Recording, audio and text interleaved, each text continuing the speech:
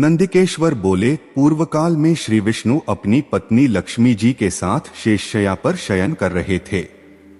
तब एक बार ब्रह्मा जी वहां पहुंचे और विष्णु जी को पुत्र कहकर पुकारने लगे, पुत्र उठो, मैं तुम्हारा ईश्वर तुम्हारे सामने खड़ा हूं।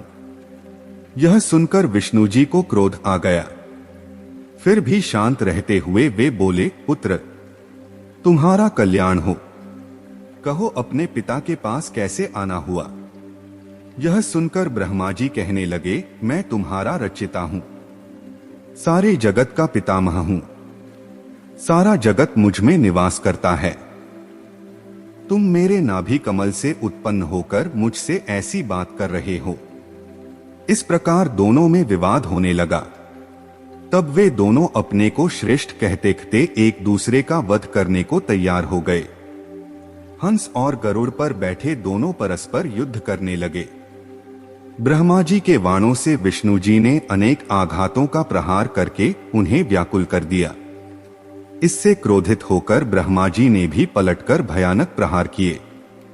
उनके पारस्परिक आघातों से देवताओं में हलचल मच गई।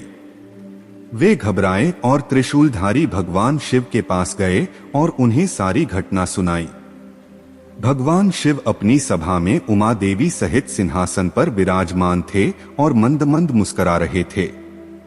महादेव जी बोले, पुत्रों, मैं जानता हूं कि तुम ब्रह्मा और विष्णु के परस्पर युद्ध से व्याकुल हो। तुम डरो मत, मैं अपने गणों के साथ तुम्हारे साथ चलता हूं। तब भगवान शिव अपने नंदी पर आरूढ़ होकर देवताओं सहित युद्ध स्थल की ओर चल दिए। वहां पहुंचकर वे ब्रह्मा विष्णु के युद्ध को देखने लगे। उन्हें जब यह ज्ञात हुआ कि वे दोनों एक दूसरे को मारने की इच्छा से माहेश्वर और पाशुपात अस्त्रों का प्रयोग करने जा रहे हैं, तो वे युद्ध को शांत करने के लिए महाज्योति के रूप में एक स्तंभ रूप में ब्रह्मा और विष्णु के मध्य खड़े हो गए। महाज्योति के प्रकट होते ही दोनों के अस्त्र स्वयं ही शांत हो गए। अस्त्रों को शांत होते देखकर ब्रह्मा और विष्णु दोनों कहने लगे कि इस ज्योति रूप स्तंभ के बारे में हमें जानकारी करनी चाहिए। दोनों ने उसकी परीक्षा लेने का निश्चय किया। भगवान विष्णु ने शूकर रूप धारण किया और उसको देखने के लिए नीचे धरती में चल दिए। ब्रह्मा जी हंस का रूप धारण करके ऊपर की ओर चल दिए। पाताल में बहुत नीचे जाने पर भी विष्णु जी को स्तंभ का अंत नहीं मिला। अथ वे वापस चले आए। ब्रह्मा जी ने आकाश में जाकर केतकी का फूल देखा। वे उस फूल को लेकर विष्णु जी के पास आए।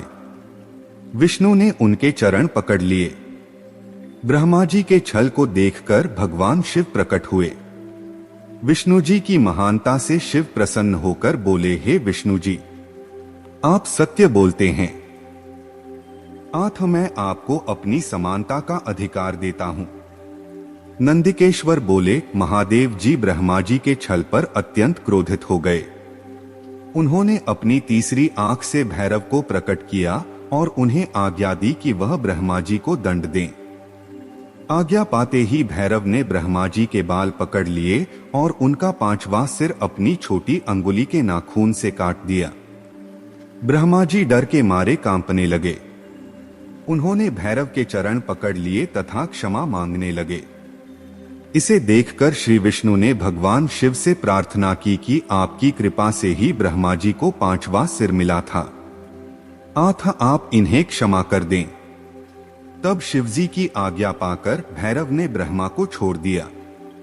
शिवजी ने कहा, तुमने श्रेष्ठता और ईश्वरत्व को दिखाने के लिए छल किया है, इसलिए मैं तुम्हें शाप देता हूं कि तुम संस्कार, स्थान और उत्सव से वंचित रहोगे। ब्रह्मा जी को अपनी गलती का पछतावा हो चुका था। उन्होंने भगवान शिव के चरण पकड़कर क्षमा मांगी और निवेदन किया कि वे उनका पांचवा सिर पुनः प्रदान करें। महादेव जी ने कहा, जगत की स्थिति को बिगड़ने से बचाने के लिए पापी को दंड अवश्य देना चाहिए ताकि लोक मर्यादा बनी रहे।